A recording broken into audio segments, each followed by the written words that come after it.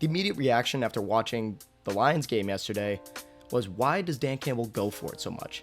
There's so many times he's in field goal range or an extra point range, like in the Dallas game, where he just goes for it for no reason. It seems to be at least no reason. Why has that been his memo all year? Why can't he just take the for sure points? Well, I'm here today to tell you why that loss wasn't specifically Dan Campbell's fault. So the first thing I'm going to point out is that the Lions have always gone for it, like I said in the intro. They're second in the league in fourth down attempts, only to Carolina, who mostly went for fourth down because they had to, because they were losing every game. So that wasn't going to change even in a big game like the NFC Championship, because why would you randomly change from your coaching philosophy in a late game like that, when that's what you've been used to all season? Another thing that needs to be brought up.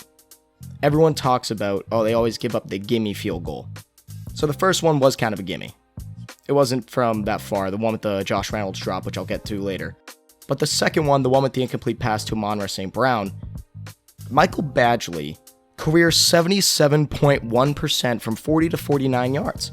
This season, prior to this San Francisco game, Michael Badgley, who had been playing since the Denver game, had not attempted a kick in an outside stadium that is a field goal or extra point. So it is kind of scary to put your kicker in a situation that he is not used to. And trust me, the coaches know both of those things. If you take all that into consideration, and the fact that a 48-yard field goal is not a gimme, as since 2010, 48-yard field goals are only converted 70.2% of the time. While, yes, that is higher than 50%, meaning that it's a higher success rate that you get it, if you know math, statistics. I haven't taken a math class in 4 years. The point stands that it is not a gimme. So you cannot blame Dan Campbell for going for it on that fourth down with a non-gimme field goal late in the game.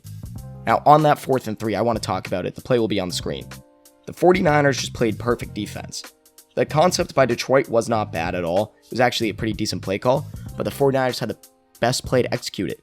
And I want to talk about the offensive line of that play. The 49ers only rushed 4, and very, very quickly, they got 3 guys in the backfield to where Goff had to scramble out of the pocket and made an off-center throw to Amon-Ra St. Brown, which he was just hoping that Amon-Ra would, make a play on the ball. But in a situation like that, it's pretty difficult to make that play on the ball, given where it was put and given the pressure around Goff.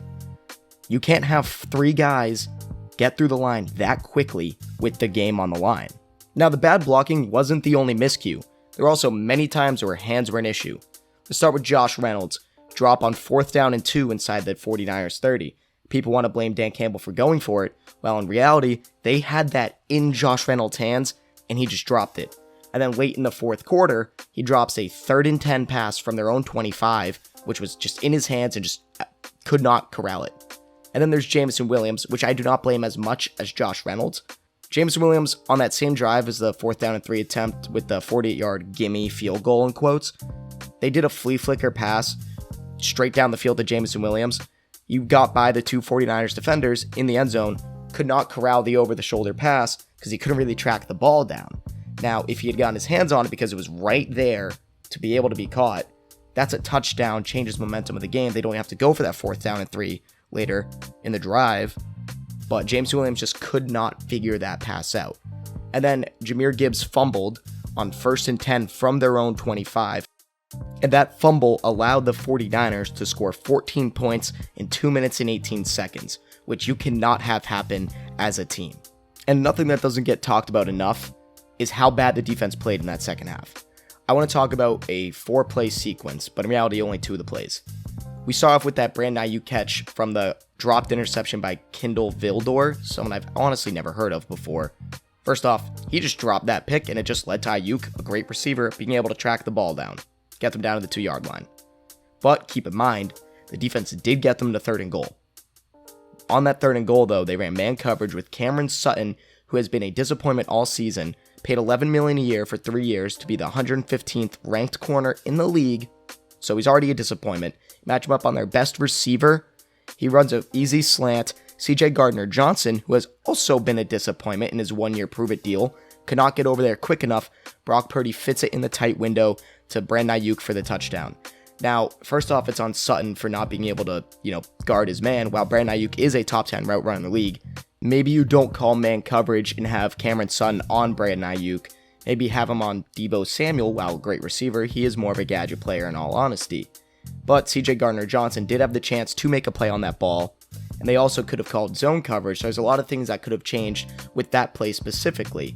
Now, there are other plays I could get to, but I don't want to focus on those two because I feel like that was really one of the biggest turning points in the game with momentum, to where they could have gone away with not allowing a touchdown there, maybe stopping them for a field goal.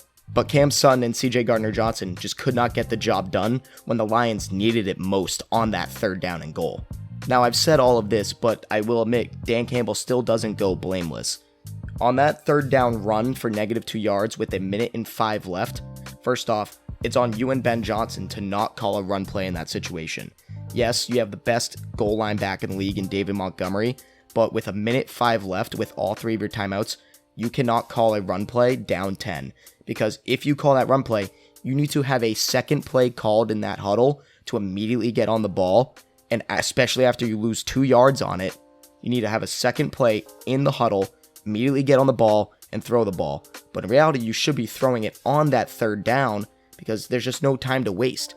And then you go ahead as Dan Campbell and call a timeout, basically guaranteeing that you need to kick an onside kick. That's just bad coaching. That right there is the only thing you could put solely on Dan Campbell, is calling that timeout, while Ben Johnson shouldn't have called a run play probably. Maybe Dan Campbell had some influence in that. It should have been pass or run, no huddle pass. Either way, you should keep all 3 of your timeouts so that you're not forced to go for an onside kick, to where it would just end the game if you don't get it. That right there is why Dan Campbell could be at fault at points. But the other reasons that people give, like for the 4th down attempts that the media is trying to feed you, is not true. Because why would he change his entire coaching mindset just because he's on the biggest stage of his life? Wouldn't that make it time for him to double down on everything he's done all season? I mean, he's not been an analytics guy. He's always gone for it off that gut feeling he has. Do not blame him or analytics for going for it on 4th down when one of them should have been conversion. The other one was just bad blocking by the offensive line, a decent play call by Ben Johnson, and just great defense by the 49ers in general. It's not a situation where you can be mad at Dan Campbell for his coaching philosophy that has won them games throughout the entire season. Now, is Dan Campbell my favorite coach in the league? No. Should he be a candidate for Coach of the Year?